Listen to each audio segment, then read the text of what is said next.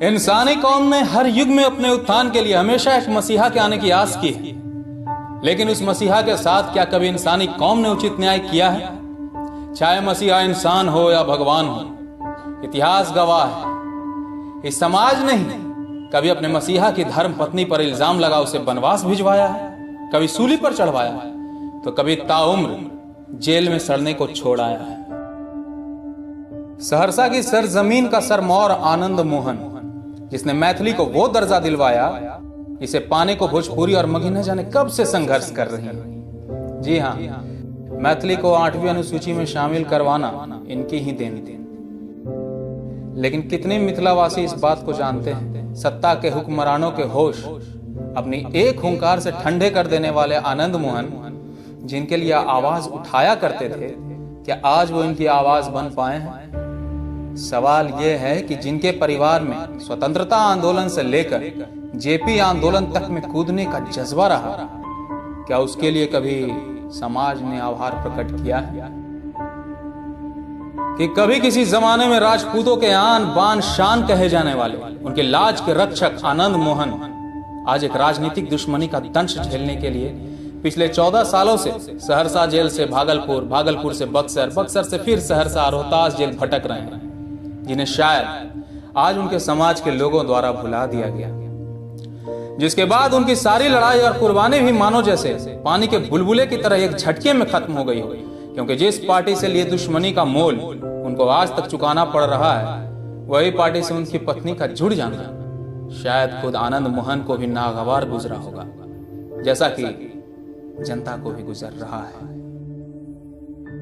आनंद मोहन, जिनकी Bihar peoples party के धमक के आगे बड़े बड़े गठबंधन भी अपनी गठरी संभाल नहीं पाते थे, आज जेल की 4 दीवारी में वो धमक गुम हो चुकी है, क्योंकि समय का चक्का कब पलट जाए इसका आभास तो कर्ण जैसे महारथी भी नहीं कर पाते हैं। और इस चक्के के पलटने की कहानी शुरू होती है वैशाली के 2 किसानों की हत्या से।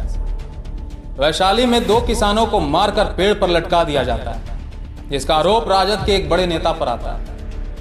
जब यह दृश्य आनंद मोहन ने देखा तो उनका आक्रोश इतना बढ़ गया जिसका असर मॉनसून सत्र में नजर आया। उस समय के मुख्यमंत्री लालू प्रसाद यादव जी थे, जिनसे जब सवाल किया गया तो जवाब उनके आक्रोश को और बढ़ाने वाला था, जिसका असर यह हुआ कि इतिहास में पहली बार भरे सदन में किसी मुख्यमंत्री पर कुर्सी चलाकर फेंका गया, जिसके जवाब में पूर्वी चंपारण के विधानसभा क्षेत्र केसरिया के तत्कालीन विधायक यमुना यादव जी ने आनंद मोहन की तरफ माइक फेंककर अपने सुप्रीमो के प्रति अपनी वफादारी जाहिर की, और वो माइक आनंद मोहन के आन पर जा लगी। और उसी वक्त उन्होंने अपनी पार्टी बिहार पीपल्स पार्टी की तरफ से बिहार के अंडरवर्ल्ड डॉन छोटन शुक्ला को केसरिया विधानसभा का उम्मीदवार घोषित कर दिया। चौंकिएगा मत, ये वो दौर था जब बाहुबली और अंडरवर्ल्ड के लोग नेताओं की कठपुतली बन बूथ कैप्चरिंग, फिरौती और मर्डर जैसे वारदातों तक सीमित नहीं थे, बल्कि इन पर भी अब खादी का धुन सवार हो चुका था। खैर, यह तो फिर भी 1994 की बात था। प्रत्याशी तो आज भी एक से बढ़कर एक क्रिमिनल खड़े होते हैं बिहार में। अब बात दोनों पार्टी के आन पर आ गई थी, और ये आन बिना प्राण दान के मानता कहां है जनाब। कहते हैं गिद्धों और राजनेताओं में अधिक अंतर नहीं होता, बस गिद्ध लाश गिरने की फिराक में होते हैं और राजनेता लाश गिराने की। बिहार इस देश का वो अभागा राज्य है जिसने भले अनेक जातियों को अपने दामन में समेट रखा हो, पाल रखा हो, लेकिन राजनेताओं को सिवाय अपनी जाति के उत्थान के और कुछ नजर नहीं आता, जिसका खामियाजा यह होता है कि बिहार से गुजरने वाली गंगा भी इसके पाप धोने में असमर्थ रहती है।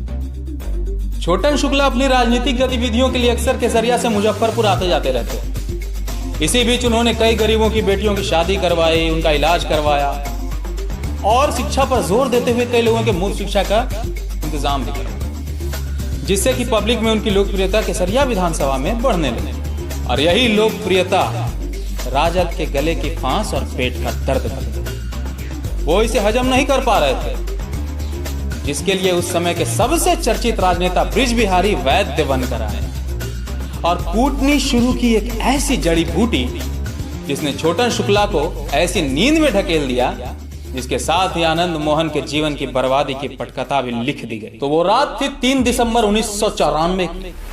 छोटन शुक्ला चकिया में इंटर कॉलेज के प्रिंसिपल नागेंद्र सिंह के घर ठहरे, जो कि मधुबन से बिहार पीपल्स पार्टी के उम्मीदवार घोषित किए गए। छोटन शुक्ला अक्सर अपनी सफेद जिप्सी में चला करते थे, लेकिन उस दिन उन्होंने अपने जिप्सी हेडमास्टर साहब के घर छोड़कर एक एम्बेसडर ले लिया, अपने गार्ड्स को भी छोड़ दिया और अपने विधानसभा के 4 ऐसे लोगों के साथ घर की तरफ बढ़ चले जिनका अपराध जगत से कोई वास्ता भी नहीं था, जो लोकल पब्लिक थी।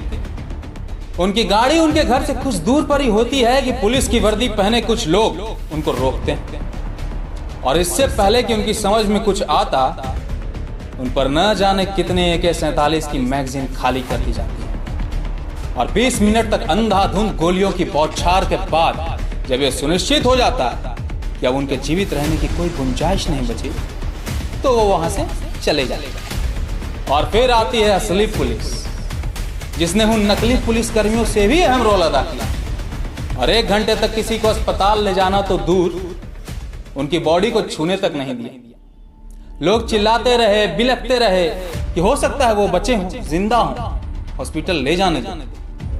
लेकिन एसपी साहब नहीं थे ना, तो कैसे कुछ हो पाता बिना उनके ऑर्डर के। खैर, घंटे भर बाद एसपी साहब आए और बॉडी हॉस्पिटल पहुंचे, जहां उनकी औपचारिक मृत्यु की घोषणा कर दी गई। और उधर ब्रिज बिहारी के घर पर शुरू हुआ जश्न का माहौल, जहां एक तरफ मुजफ्फरपुर खून के आंसू रो रहा था, वहीं दूसरी ओर ब्रिज बिहारी के यहां जाम छलकाए जा रहे थे, जिसने साफ कर दिया कि नकली वर्दी का इंतजाम किसने किया था। खैर, पुलिस के इस कृत्य से जनता का आक्रोश इस राज्य के बेरोजगारों की तरफ बढ़ चुका था, जिसका खामियाजा दूसरे दिन 4 दिसंबर 1994 को बिहार में देखा गया। इस खबर को सुनने के बाद अपने दोस्त की मृत्यु पर शोक प्रकट करने और आक्रोशित जनता को दिलासा देने आनंद मोहन भी मुजफ्फरपुर पहुंचते, लेकिन भीड़ अपने गुस्से से पार नहीं पा रही। उस जन सैलाब का अंदाजा आप इसी बात से लगा सकते हैं कि आज तक मुजफ्फरपुर में इतनी बड़ी शव यात्रा नहीं देखने को मिली। एक तरफ आनंद मोहन गरज रहे थे, वहीं दूसरी तरफ शव यात्रा आगे बढ़ रही थी। इसी बीच गोपालगंज के नवनियुक्त डीएम जी कृष्णैया की गाड़ी का काफिला वहां से गुजर रहा था, जो शिकार बन बैठा जनता के आक्रोशित लपटों का, जिसे पिछली रात प्रशासन के कुकृत्य ने ही धमकाया था। जी कृष्णैया की दर्दनाक मौत हो जाती है और इल्जाम आता है भीड़ पर, जिसका नेतृत्व कौन कर रहे थे? आनंद मोहन। अब सवाल यह उठता है कि क्या जी कृष्णैया की गाड़ी को जलाने का आदेश आनंद मोहन ने दिया था? क्या भीड़ ने उनके लाइट, कैमरा, एक्शन बोलते ही आग लगा दिया था? क्या भीड़ आनंद मोहन को फंसाने के लिए उनसे बिना पूछे आग लगा बैठी थी? क्या आनंद मोहन चिल्लाते रह गए, रुक जाओ, और लोग नहीं रुके?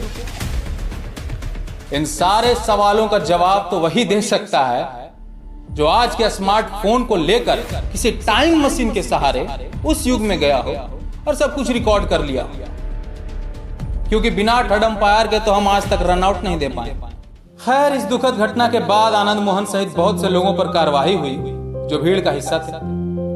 हालांकि बाद में भीड़ से पकड़े गए सभी लोगों को छोड़ दिया गया और असली कातिल बने आनंद मोहन, क्योंकि शायद वो उस भीड़ का हिस्सा नहीं थी और अलग से पेट्रोल और माचिस लेकर आए ये सोचकर कि इधर से डीएम निकलेंगे और मैं जलाकर राख कर दूंगा। लेकिन ये हमें सोचने की जरूरत है कि कौन है जी कृष्णैया की मौत का जिम्मेदार। कहीं ये वो लोग तो नहीं जो नकली वर्दी में आए थे? कहीं ये वो लोग तो नहीं जो एक ऐसी परंपरा को ही बढ़ावा देते हैं जिसमें हमारा नेतृत्व वही करेगा जो बाहुबली, दबंग और ऐसे व्यक्तित्व का होगा जो बंदूक की नोक पर ही जिंदगी जीता और जीना सिखाता?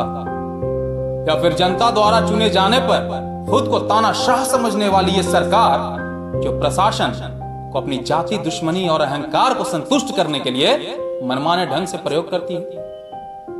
या फिर आनंद मोहन? और अगर यह सब कोई नहीं, गुनहगार सिर्फ आनंद मोहन है, तो उन्हें उच्च न्यायालय ने उम्र कैद की सजा सुना तो दी।